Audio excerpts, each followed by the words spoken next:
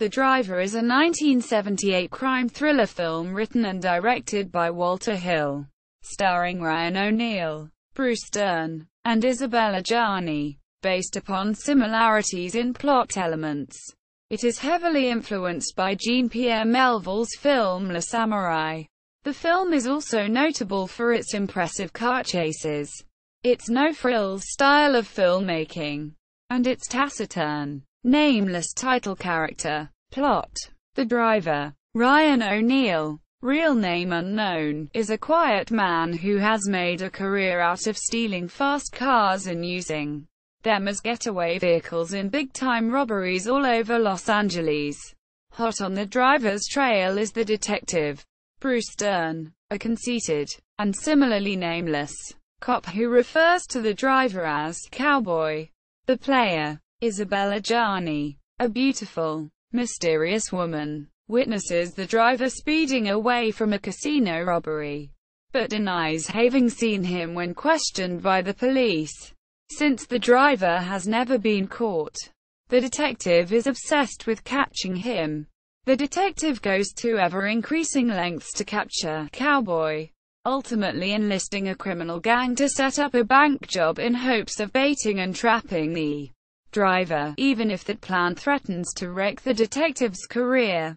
Cast, production, writing: Walter Hill and Larry Gordon had just made Hard Times, 1975, starring Charles Bronson, which had been successful. Gordon suggested to Hill they make a film about a getaway driver and Hill agreed. Hill wrote an original screenplay over the summer of 1975. In between the period when Hard Times was made and when it was released, there was a delay because the studio were waiting for other Bronson movies to come out. Hill says he was interested to see how pure a film he could make, a genre film that did not compromise itself in traditional Hollywood ways. Hill says he wrote it as a very tight script, and could not get it cast for a year and a half. I knew when I was getting ready to do the movie that I was taking a chance, said Hill. This was not meant to be an everyday action movie. I was trying to do something a little more, or a little less, but I was trying to do something else. Quote, the script was written in a sparse, minimalist style, which Hill had first employed onto Hard Times. I thought that approach made people read with greater intention, said Hill. It's spare in detail but written to dramatic effect. You could maybe capture the mind of the reader a little better. Quote, Walter Hill says he sent a copy of the original draft of the script to Raoul Walsh for his approval, and that the veteran director liked it. In the late 1970s, Britain's Emmy films came under the stewardship of Michael D. Lee and Barry Spikings. They began co-financing movies shot in Hollywood in association with major U.S. studios that were aimed at the international market, such as Convoy, The Deer Hunter and The Driver.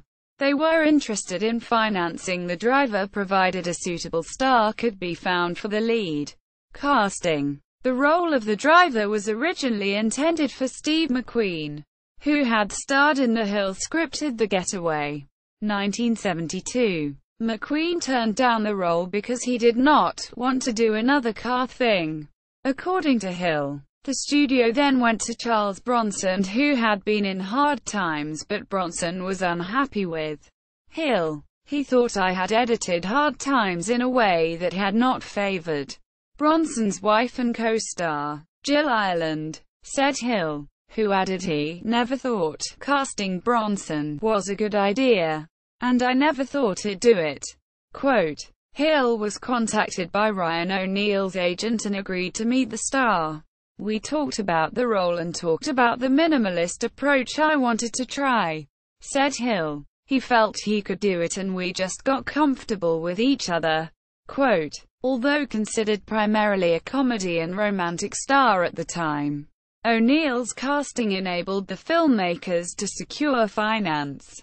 Several actors were considered for the female lead, including Julie Christie and Charlotte Rampling. Eventually it went to Isabelle Adjani. who had gained an international reputation with the story of Adele H. 1975. This was Adjani's first Hollywood role. She had previously turned down the chance to star in The Other Side of Midnight but agreed to make The Driver because she was an admirer of Walter Hill's first film Hard Times. Adjani: I think he is wonderful. Very much in the tradition of Howard Hawks. Lean and spare. The story is contemporary but also very stylized. And the roles that Ryan and I play are like Bogart and Bacall. We are both gamblers in our souls and we do not show our emotions or say a lot. For us, talk is cheap. I am really quite a mysterious girl in this film, with no name and no background. And I must say that it is restful not to have a life behind me. This way, I don't have to dig deep to play the part. All I know is that life for me is gambling and I am a loser. I have what people call a poker face.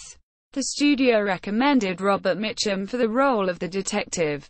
Hill liked the idea and met with Mitchum to discuss the part, but the actor turned it down. Hill ended up casting Bruce Dern. I wanted Bruce's personality. He said, audiences get nervous about movies that don't have a lot of dialogue. They like a balance. I wanted Bruce to very much offset the distance of the driver. Quote, shooting. Hill says the major visual influence on the movie was the works of artist Edward Hopper. He was also affected from having worked as a second assistant director on Bullitt, 1968, which featured a famous car chase. He said, what made the Bullitt chase remarkable was not just stunts. It was the technique of shooting from inside the car. You really felt it was a roller coaster ride as well as something you were observing. I made damn sure that when I was doing The Driver I filmed an enormous amount of inside shots. Quote, Hill wanted to film chase scenes at night, which he felt had not been done many times in movies before. He said, I thought doing them at night would be very much more in the spirit of what the storytelling wanted to be. It's not meant to be a realistic depiction of what real criminals are like, or what real life in the city was like. I was not interested in any of that. Quote, in order to expedite this, Hill shot the dramatic scenes first, during the day, then the chase scenes at night. Hill says the night shooting was draining. It's like you're swimming underwater or hypnotized. And I'm a person that stays up late and wakes up early. But staying up night after night after night really threw me out. You make decisions you cannot explain. You just intuit. Quote, the movie featured several car chase sequences. Hill says he felt the first chase was kind of a failure, because it was meant to lead up to a much more spectacular finish, but he was unable to film it properly. It was done on the last night of shooting and an electrician fell off the roof and was badly injured. Hill could not get to all the shot he wanted and had to cobble together the end result. However, he felt the chase with the Mercedes in the garage and the final chase were as fully realized as I could get them to be. Quote, this Walter Hill is a force to be reckoned with, said O'Neill. A first-rate writer and an even better director. And he's fast. Most young directors today think they're David Lean. They spend over a year on a film and we get robots that talk. Quote, the film was shot very sparsely and tightly. I never tried to screw anything that tight again. He later said, I now like everything to be a little looser around the edges, as we say. Quote, reception. Critical. Contemporary reviews were extremely poor. Hill later said, I remember the studio had this huge sheaf of Xeroxed reviews they'd handed me. You could stop a fucking 45 slug with this stack. It was so thick. And of all the reviews in this 6-inch thick pile, there was only one good one. Quote, Kevin Thomas of the Los Angeles Times called the film ultraviolent trash that wipes out Ryan O'Neal, Bruce Dern and Isabelle Adjani. plays like a bad imitation of a French gangster picture, which in turn is a bad imitation of an American gangster picture. Vincent Canby of the New York Times wrote, "It is awful movie. It is pretentious movie. It is silly movie. It talks just like this." Roger Ebert gave The Driver a mixed 2.5 stars out of 4, writing, "It's a movie about people who are not real because they are symbols. And it's a damned good thing there are great chase scenes or the movie would sink altogether."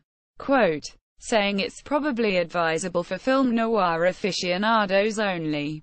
Film critic Duncan Shepherd of the San Diego Reader praised the film highly, awarding it the highest 5-star rating. The whole show, in fact, is something like a coded message passed from the movie maker to the devotees of the genre, in full view of, but beyond the full understanding of, the rest of the audience. According to Shepherd, the film now holds an 85% approval rating on Rotten Tomatoes based on 13 reviews. Box office. The movie was a commercial disappointment in America, although it performed better overseas.